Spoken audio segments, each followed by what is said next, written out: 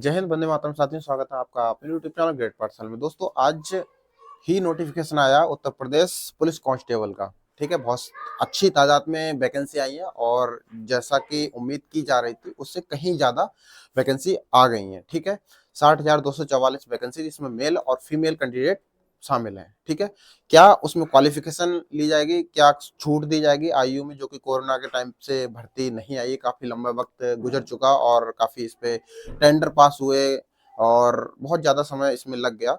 तो उसमें कितनी छूट दी जाएगी, क्या पुरानी छूट दी जाएगी, क्या इस छूट में बदलाव है, इस वीडियो में हम जानेंगे।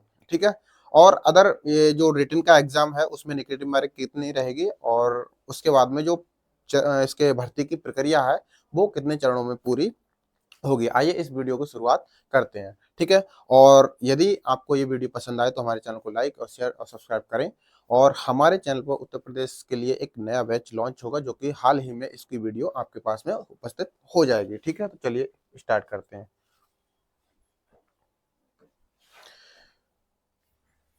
देखिए, आपने जैसा थंबनेल में देख ही लिया होगा कि 60,244 पद है, जिसमें मेल और फीमेल कैंडिडेट दोनों शामिल हैं। ठीक है, आयु में कितनी छूट होगी, नेगेटिव मार्किंग कितनी होगी, सारी डिटेल आपको मिलने वाली है। आज का ही नोटिफिकेशन है। ठीक है, आज ही विज्ञप्ति जारी हुई है। देखिए यहाँ पर 23 लिखा है, इस पे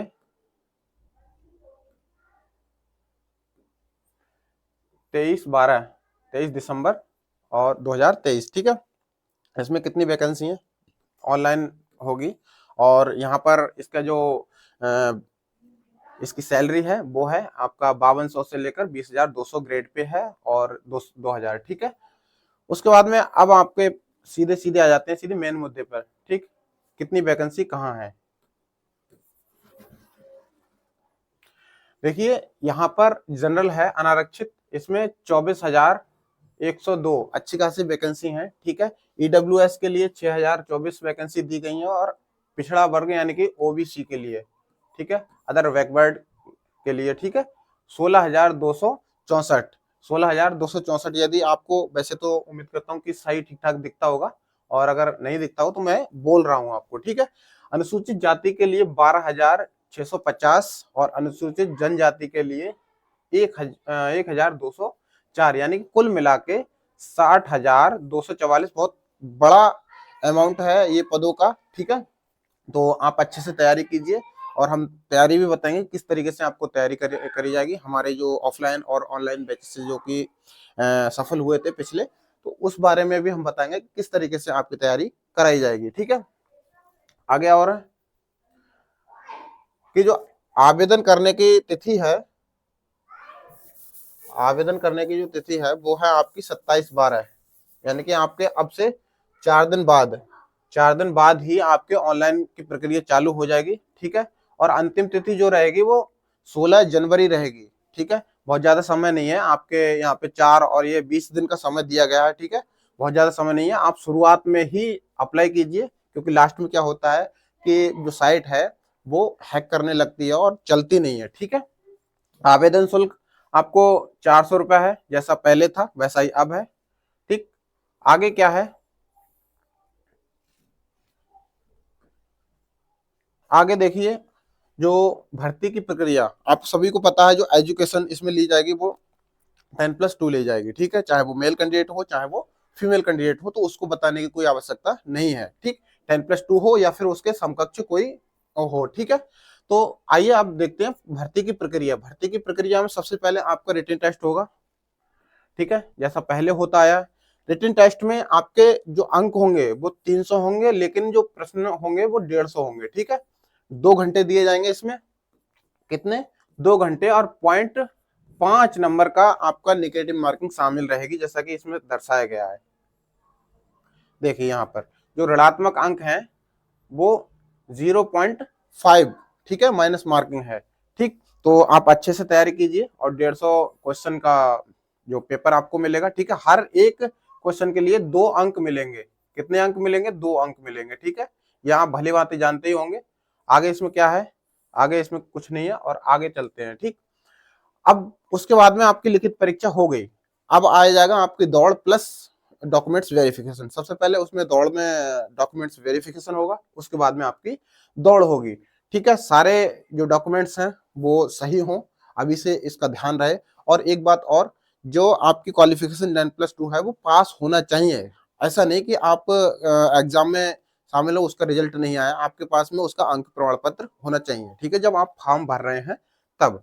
ठीक, इसमें देख लीजिए, आपके जो सबसे पहले अभिलेखों की समीक्षा यानी कि डॉक्यूमेंट्स वेरिफिकेशन होगा, सही पाया जाएगा सब कुछ। ठीक है, जैसे कि इसमें दे रखा है आयु, और मतलब जो भी चीजें हैं उसमें, जो प्रमाण पत्र है उसमें सभी कुछ ठीक ठाक होना चाहिए। ठीक, उसके पास में आपको दौड़ के लिए बुलाया जाएगा, यानी कि उसी दिन, एक ही दिन।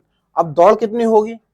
पुरुष अभ्यर्थियों के लिए इसमें तो शारीरिक मानक परीक्षा है, इसमें है आपका 168 सेंटीमीटर की लंबाई होनी चाहिए, जो सामान्य और अन्य पिछड़ा वर्गों के लिए, पुरुष वर्ग के लिए। ठीक है, जो पुरुषों के लिए।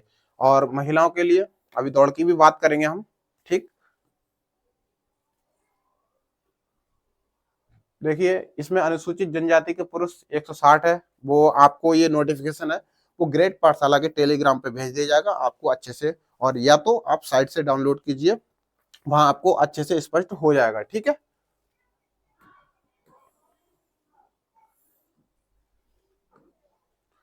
इसके बाद में अब आ जाते हैं महिलाओं के जो शारीरिक मानक परीक्षा है उस पर। ठीक है, कि उनके लंबाई कितनी ली जाएगी। ठीक है, जो लंबाई है वो ली जाएगी 152 सेंटीमीटर। ठीक है, 152 सेंटीमीटर कितने अन्य पिछड़ा वर्ग और सामान्य महिलाओं के लिए। ठीक है, जिसमें से अनुसूचित जनजाति की महिलाओं के लिए 147 सेंटीमीटर की लंबाई होना चाहिए, और महिलाओं में 40 किलो कम से कम वजन होना चाहिए। ठीक है, 40 किलो से अगर 100 ग्राम भी कम है तो फेल कर दिए जाएंगे। ठीक है, उसके बाद में ये सब होने के बाद में आपका जो फिजिकल होगा। ठीक, अब फिजिकल में क्या क्या होगा? दौड़ होगी। दौड़ में कितना कितना होगा? 2.4 किलोमीटर महिलाओं के लिए है। ठीक है, और कितने मिनट में है? 14 मिनट में।